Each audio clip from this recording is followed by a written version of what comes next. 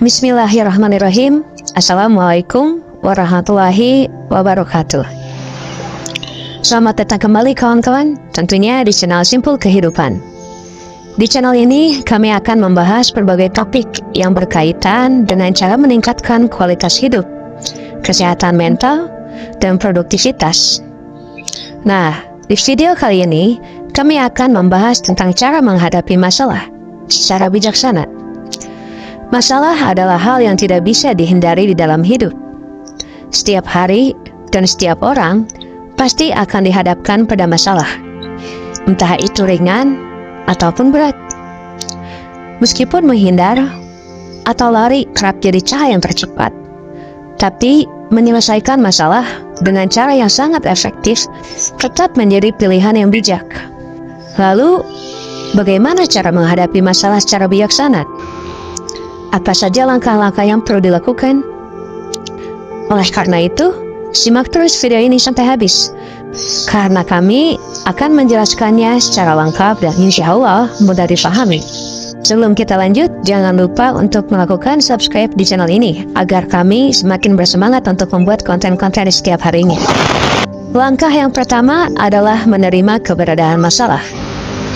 Ini berarti kita harus mengakui bahwa kita sedang menghadapi masalah dan tidak boleh menolak, tidak boleh mengelak, atau tidak boleh menyalahkan orang lain. Dengan menerima keberadaan masalah, kita bisa lebih realistis dan bertanggung jawab atas masalah yang telah terjadi. Langkah yang kedua adalah menenangkan diri. Ini berarti kita harus mengendalikan emosi kita tentunya, agar tidak panik, tidak cemas, tidak marah, atau tidak sedih. Emosi yang negatif bisa mengganggu proses berpikir kita dan membuat kita sulit menemukan solusi.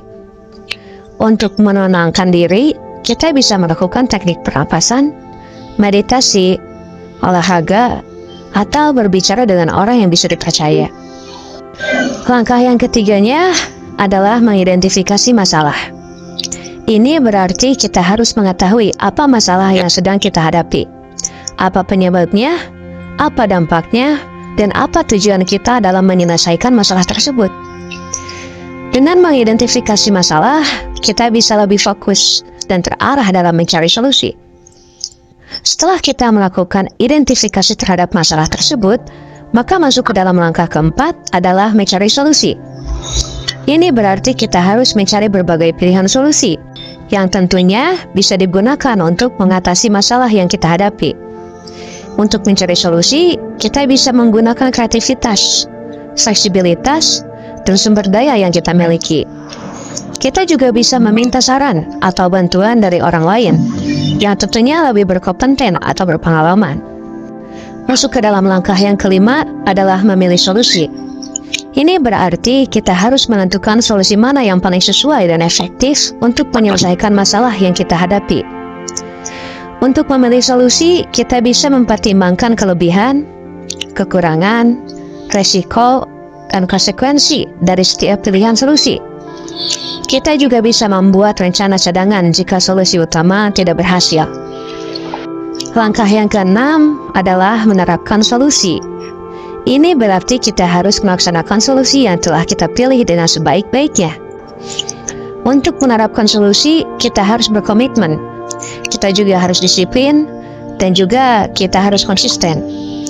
Kita juga harus siap menghadapi hambatan atau tantangan yang mungkin muncul saat menerapkan solusi ini. Langkah yang ketujuh adalah mengevaluasi hasil.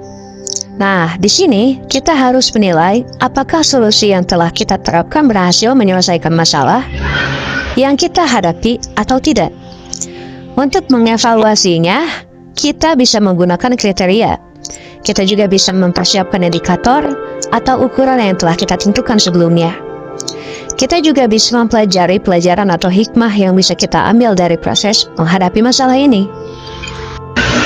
Nah, itulah 7 langkah yang bisa kita lakukan untuk menghadapi masalah secara bijaksana. Kami harap video ini bermanfaat bagi kalian. Jika kalian memiliki saran, kritik, atau pertanyaan, silahkan tulis di kolom komentar. Kami akan mencoba menjawab sebisa kami. Terima kasih telah menonton video ini. Sampai jumpa di video berikutnya. Tetap semangat, berkembang, dan selalu menginspirasi setiap orang yang ada di sekitar kita. Billahi taufiq wal hidayah. Assalamualaikum warahmatullahi wabarakatuh.